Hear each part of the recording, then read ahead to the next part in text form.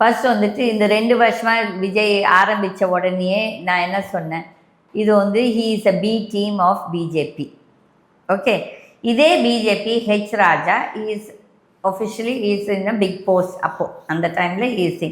அப்போ அவர் என்ன சொன்னார், கொச்சப்படுத்தினார், ஜோசப் விஜய் கிறிஸ்டியன் இப்படி அப்படின்னு சொல்லிட்டு நக்கல் பண்ணி பேசினார்.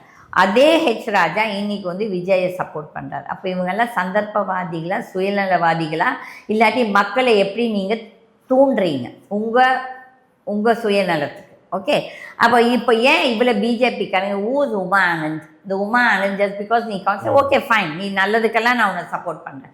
ஆனால் இந்த மாதிரி சில்லற வேலையெல்லாம் நீ பிகாஸ் யூஆர் அ கவுன்சிலர் போய் இந்த சில்லற வேலை, இப்போ நீங்களும் நானும் போய் சுப்ரீம் கோர்ட்டுக்கு இதில் போய் தலையிட்டு இருந்தேன், ஏற்றுப்பாங்களா? ஏன்னா நீ உனக்கு ஒரு கட்சி பின்பலம் இருக்கிறதால உன்னோட வந்து பெட்டிஷன் எடுத்திருக்காங்க, ரைட்?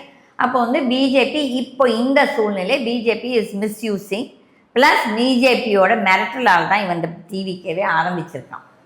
அவனுக்கு அந்த கூட்டத்தை பார்த்தோன்னா வேறு மாதிரி புத்தி போய் அவங்களையும் கொஞ்சம் மிரட்ட ஆரம்பித்தான் நடுவில். கரெக்டாக இப்போ கடவுள் பார்த்து இந்த கரூர் இன்சிடென்ட்னால இப்போ ஆஃப் ஆகி இவன் வந்து அவங்களுக்கு கைதி ஆகிட்டான். யார்? விஜய். நீங்கள் சொல்கிறது எஸ், ஹி ஹஸ் அப்ரோச் ராகுல் காந்தி பிகாஸ் வந்து அங்கே போய் மாட்டக்கூடாதுன்னு சொல்லிட்டு